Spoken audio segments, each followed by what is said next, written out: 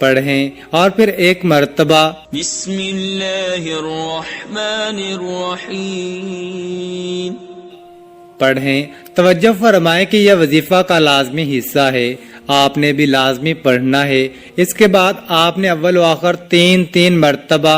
درود ابراہیمی آپ نے اول و آخر تین بار پڑھنا ہے۔ اور اگر کسی میری بہن یا بھائی کے پاس وقت تھوڑا ہو تو وہ پھر کوئی سا بھی درود پاک پڑھ سکتے ہیں جو اس کو آسانی سے آتا ہے، اور اگر کوئی بھی دوسرا نہیں آتا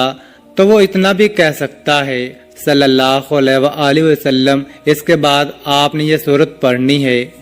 إِنَّا أَعْطَيْنَاكَ الْكَوْثَرَ۔ قرآن پاک کی سورت کو ہم سورہ کوثر کے نام سے بھی بخوبی جانتے ہیں۔ اس سورت کو آپ نے کب پڑھنا ہے اور کیسے پڑھنی ہے، کتنی بار پڑھنی ہے، سب طریقہ کار بتاؤں گا انشاءاللہ۔ ناظرین، جب آپ اس وظیفے کو کریں گے تو اللہ تعالیٰ کے فضل و کمال سے سب پریشانیاں آپ کے اوپر سے دور ہوتی چلی جائیں گی۔ لہٰذا اگر کوئی اللہ تعالیٰ کے کامل، سچے اور پکے دین اسلام پر ایمان رکھتا ہے، اللہ تعالیٰ کے وعدوں پر کامل بھروسہ رکھتا ہے، اور اللہ تعالیٰ کے کلام اور اس کے پیارے رسول حضرت محمد مصطفیٰ صلی اللہ علیہ وآلہ وسلم کی پیاری اور سچی تعلیمات پر مکمل یقین و ایمان رکھتا ہے، تو انشاءاللہ وہ مصیبت کے بعد آسانی ضرور دیکھے گا، اور اس کی زندگی میں تنگی کے بعد خوشحالی ضرور آئے گی۔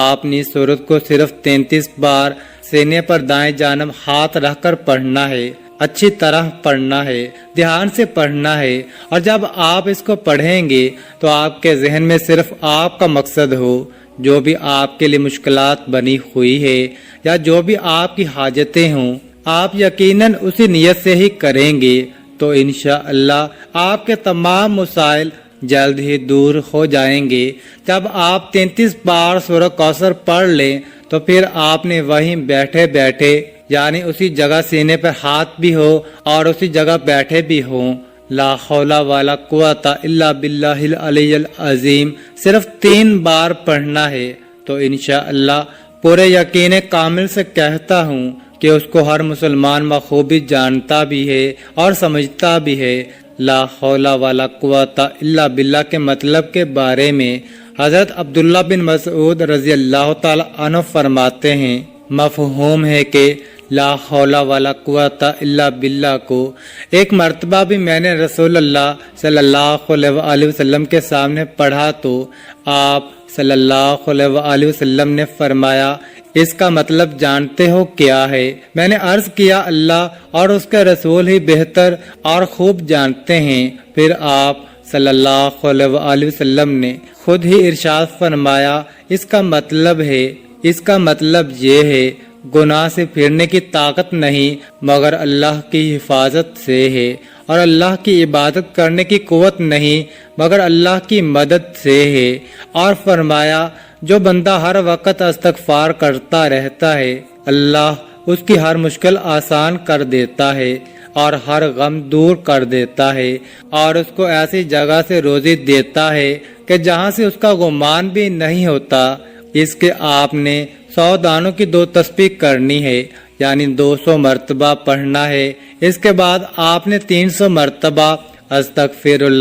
استغفر اللہ پڑھنا ہے، اور آخر میں دوبارہ 3 مرتبہ درود شریف پڑھیں۔ ناظرین، اس عمل کی بہت زیادہ برکت ہے، آپ لوگ اس عمل کو روزانہ کر سکتے ہیں تو روزانہ کر لیں، اگر روزانہ نہیں کر سکتے تو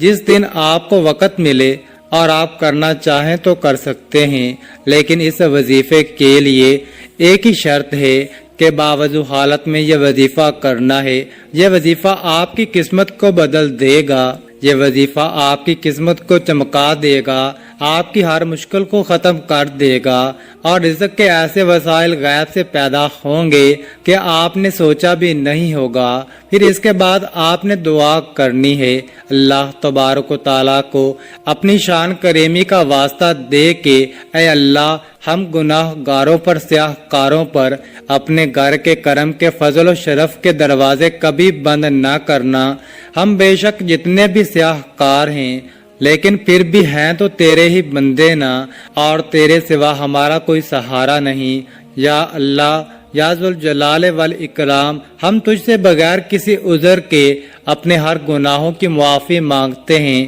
وہ گناہ جو تنہائی میں کیے یا وہ محفل میں کیے، وہ جو نادانی میں کیے یا انجانے میں کیے، یا سوچا تھا لیکن کر نہ سکے، اس کی بری نیت کا جو بھی گناہ ہے، اے اللہ اپنی شان کریمی کے صدقے، اپنے کعبہ کی عظمت کے صدقے ہمیں معاف کر دے۔ میری اللہ پاک سے دعا ہے کہ